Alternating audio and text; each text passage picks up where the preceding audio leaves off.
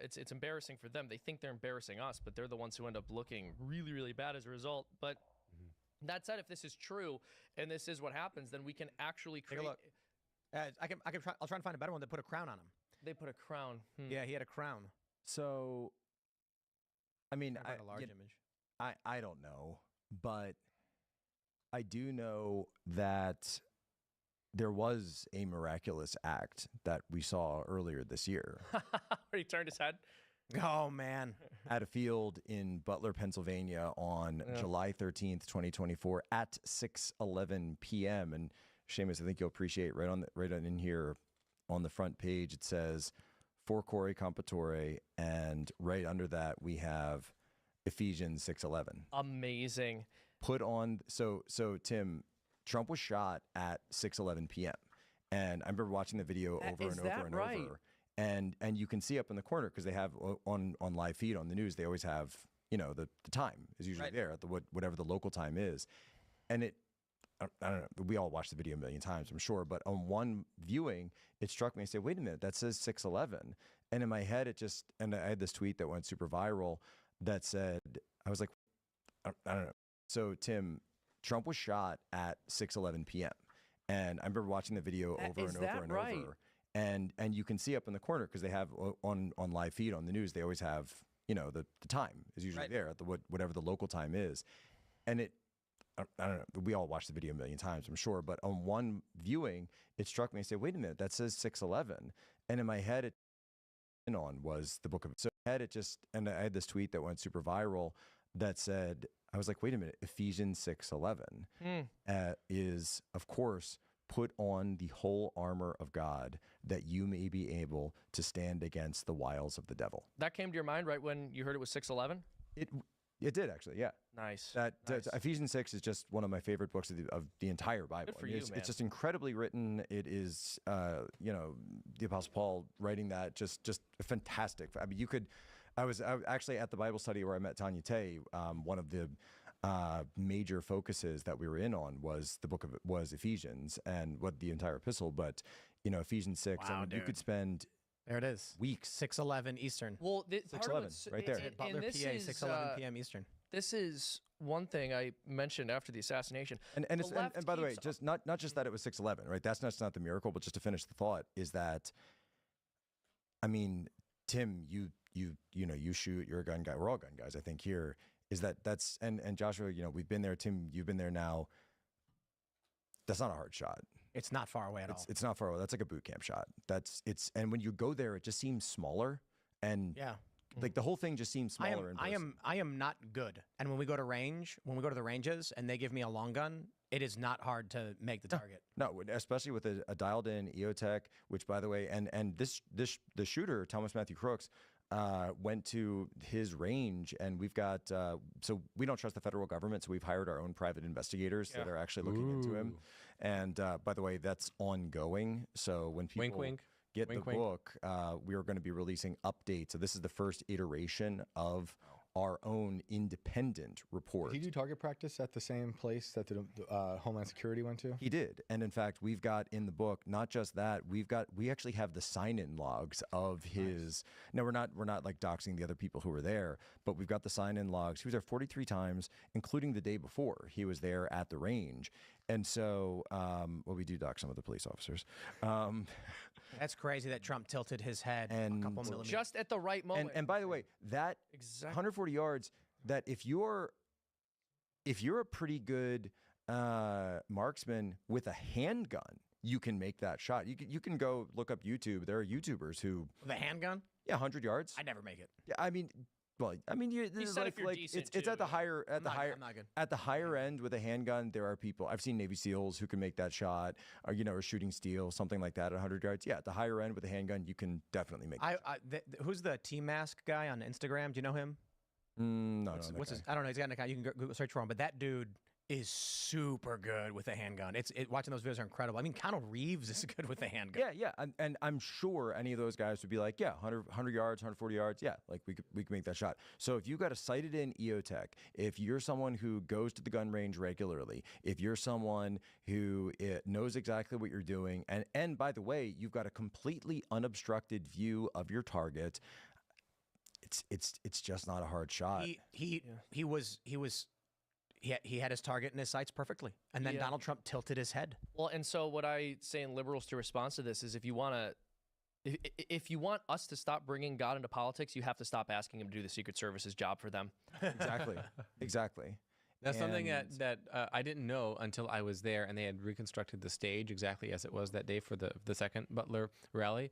Is the way that the stands are set up with the stage, and where Crooks was, the stands make a V shape leaning in right to where Trump was. So where Crooks was, it was as if he had like everything blocked off in the target right there in the middle. Now it's also interesting. Well, have you heard of they call it the Pac-Man perimeter?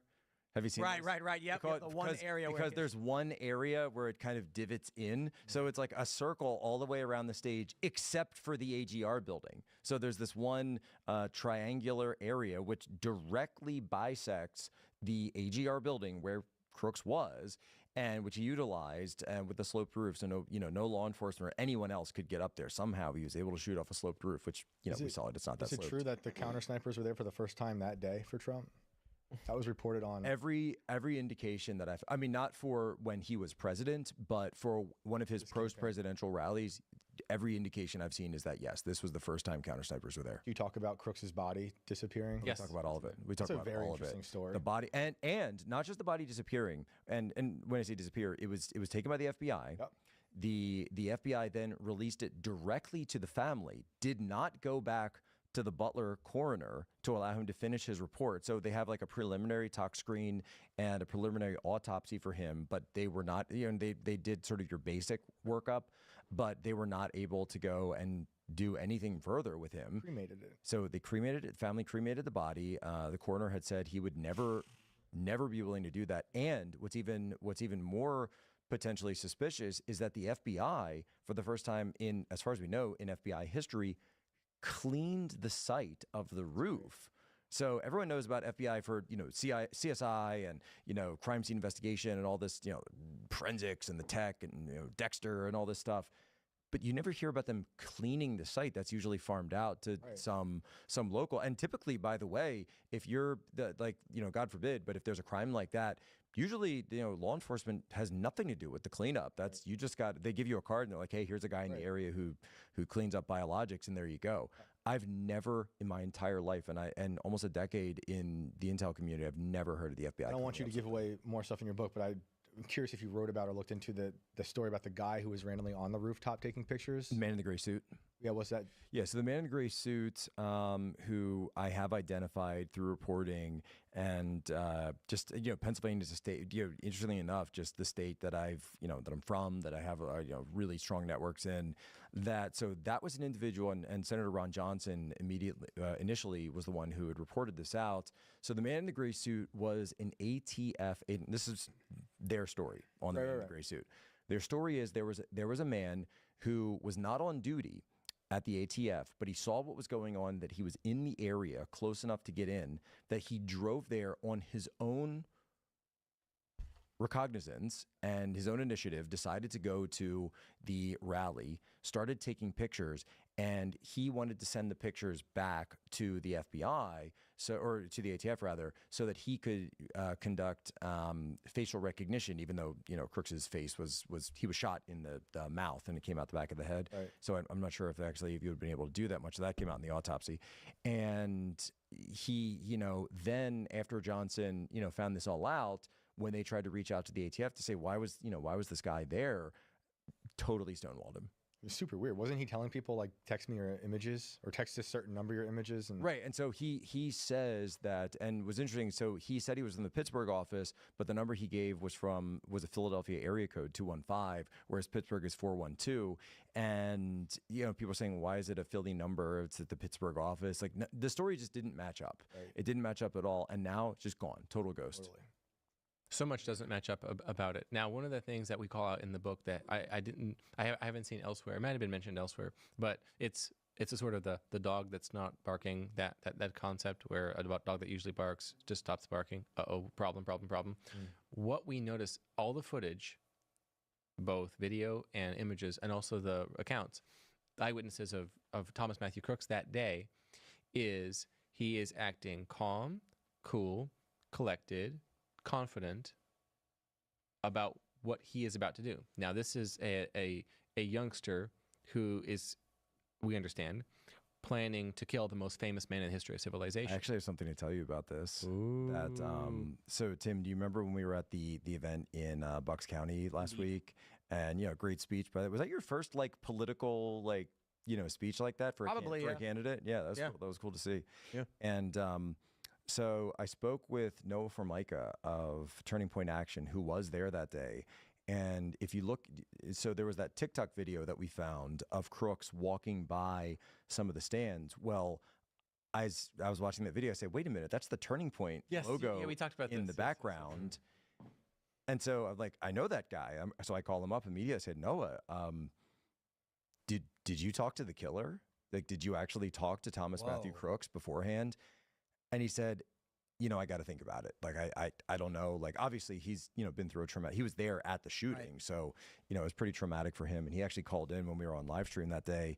And so talking to him later at the rally that you and I were at, Tim, in Newtown, in Bucks County, Pennsylvania, he said, look, I went back with my team and we were sort of discussing it. And we realized that we did talk to him. Wow. So he came up. So he said he came up to the table and I said, was he asking questions? Was he inquiring as to who you were, that were, probing anything? He said, no, it wasn't like that at all. And Joshua, it's like what you said. They said he just seemed arrogant and, kind of had his nose up in the air in a way. And like he possessed asymmetric information. Like he had some information that they didn't know what was coming. And they said he seemed really weird. And he said of all the people, and look, there's all sorts of types. There's also, I think there's a girl in like anime cosplay in the same video. That's at seriously, on the same TikTok with Thomas Matthew Crooks. Not like talking to him, but you just see her in the background. And the things you see when watching a Trump rally in Western Pennsylvania. But they said they all noted him as his behavior was just off, that something was very off about him. And again, he had that aloof attitude. And of course, they're asking, hey, do you want to register to vote? Do you want to vote early? This is a big thing. They're just doing their job for Turning Point.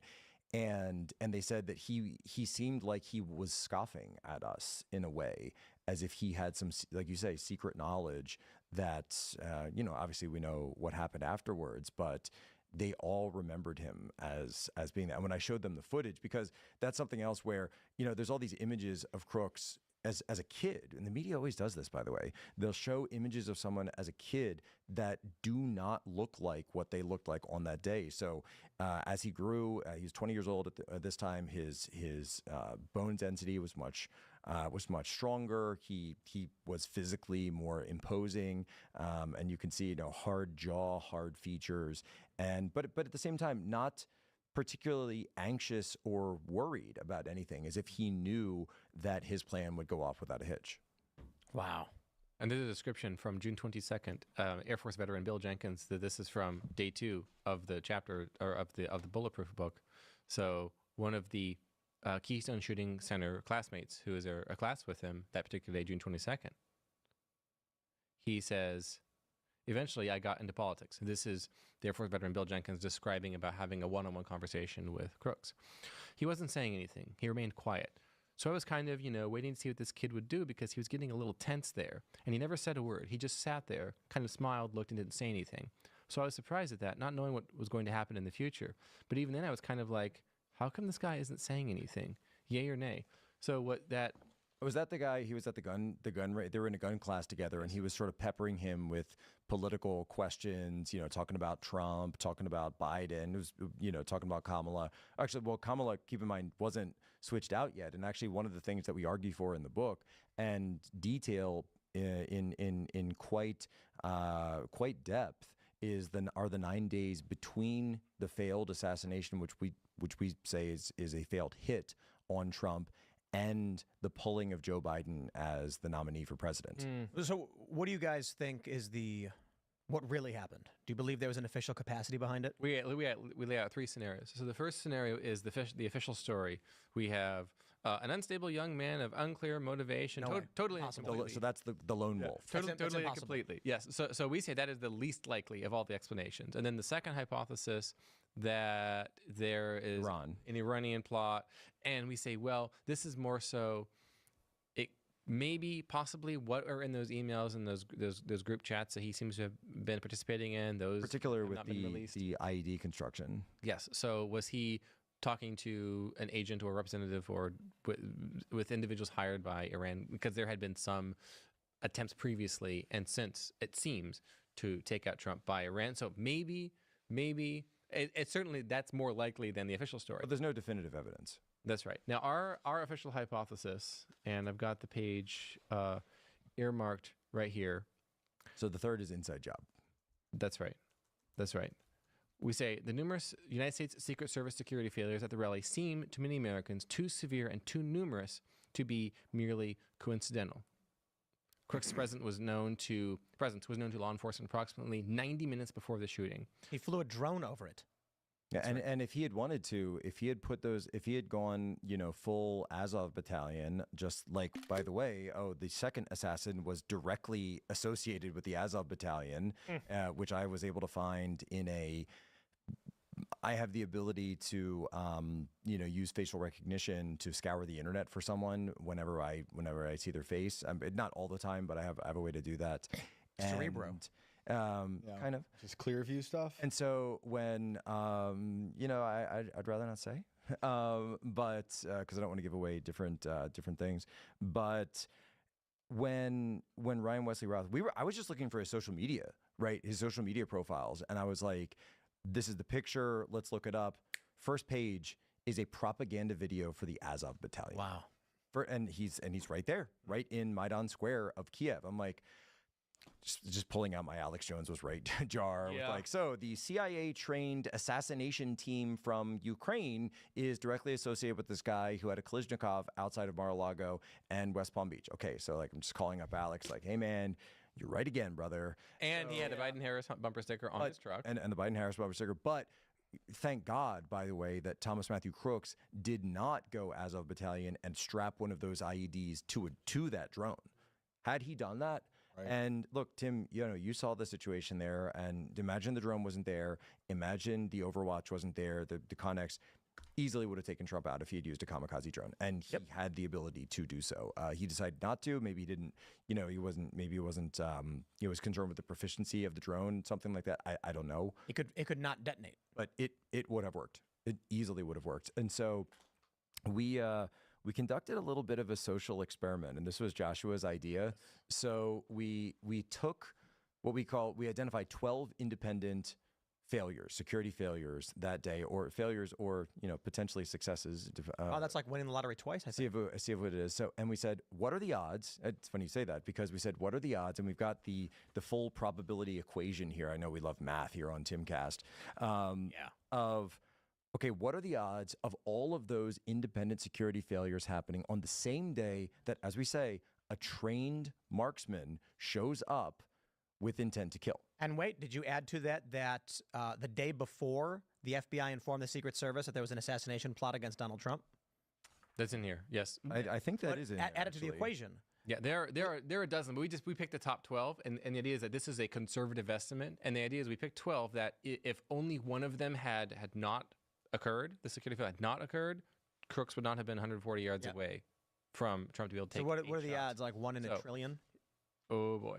Close. Probability of all 12 security failures taking place independently from one another, yet simultaneously, together with the presence of a capable marksman with intent to kill, is 1 times 10 minus 27th, or 1 in a septillion, 1 followed by 27 zeros. Let us say that again. The odds of all 12 failures happening on the same day as an armed man with malicious intent happening upon the situation without prior knowledge, and assuming these events are independent, are at minimum 1 in 1 septillion, and that is being extremely conservative. So it's like I say the fact that we learned about this was his name, Merchant, the Pakistani guy. Marchand. Well, yeah, Asif Marchand or whatever. Asif Marchand. The fact that he got arrested the day before, the FBI said they informed Secret Service of a plot to kill Donald Trump, and the Secret Service replied that they would be increasing security.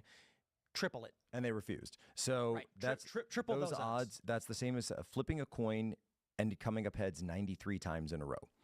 And so, but then, I wish so we took this a step further, and Joshua did this, And I still remember the night that you texted. I was me. like, bro.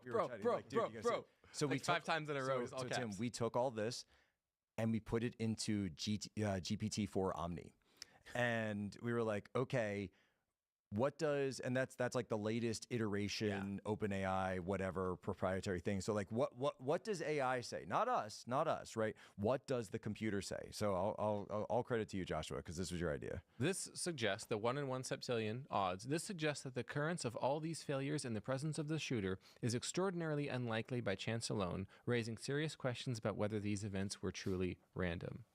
That's the answer from GPT-4 Omni. You know, I appreciate the math and asking the AI, but unfortunately, even a simple rational human would be like, there's no way that the guy flew a drone, walked past security, there were text messages about him sneaking in, the Secret Service had counter snipers, we're supposed to have people on the roof, hour and a half, 27 minutes, full 10 text minutes. messages, which we have printed out that everyone can see, jumping from roof to roof. You take one of these. You say, did you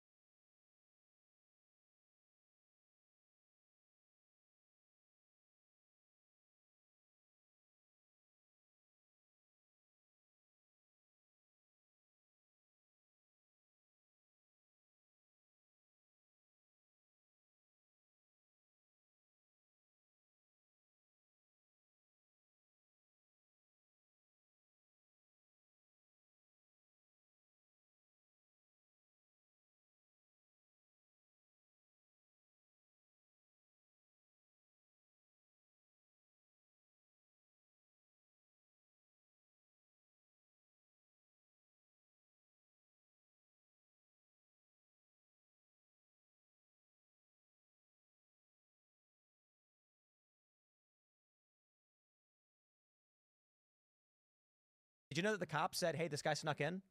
And they're like, what? Why didn't they do anything about it? Hey, I don't know. Sounds weird, doesn't it? Yep. The one for me that really sticks with me is the conduct of the ESNU sniper, Officer Greg Nickel. And look, he claims that it was a mistake, but at around 6:04 p.m., this is the guy. So Tim, and then it was blocked off when we were there, but the AGR building that Crooks utilized is actually just a one-story building, and where the snipers were was a two-story building behind that. So they're in the second story, they're in the window, they've got the sniper rifle in the window overlooking exactly where Thomas Matthew Crooks was. At 6:04 p.m., remember, we've established 6:11 p.m. is when the shots took place. At 6:04 p.m., Nickel drops coverage, leaves the overwatch position, and says, oh, I heard there's this suspicious guy. I'm going to go help look for him. When we know there's already foot patrol that are there supposed to be doing that job, he's a sniper. Yeah, that's impossible. His position. He leaves his duty station. He leaves his position, which is explicitly for when a suspicious person is seen in the area, for him to be watching over with his weapon. That's impossible. And then says that's him saying he forgot his key card and wasn't able to get back in. Yeah, there's no way. Well, we all make mistakes. Wow.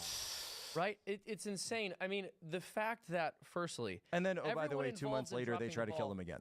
Yeah, well, exactly. So the idea that because of his violent rhetoric, right? Words are violence. The ball here, the idea that everyone who dropped the ball here hasn't been fired tells you something. Well, they started retiring, right? They started retiring. A lot of the higher ups at Secret Service have been retiring. Kimberly Cheadle, who was the director, she was out almost immediately. But Ronald Rowe, who was her operations chief, is now the acting director of the Secret Service. Do we know who was in command that day? So the New York Times has the latest piece on this, and this was referring back to the report that Congress has put out, their first iteration. And I don't have the unredacted version of that. I'm in the process of getting it.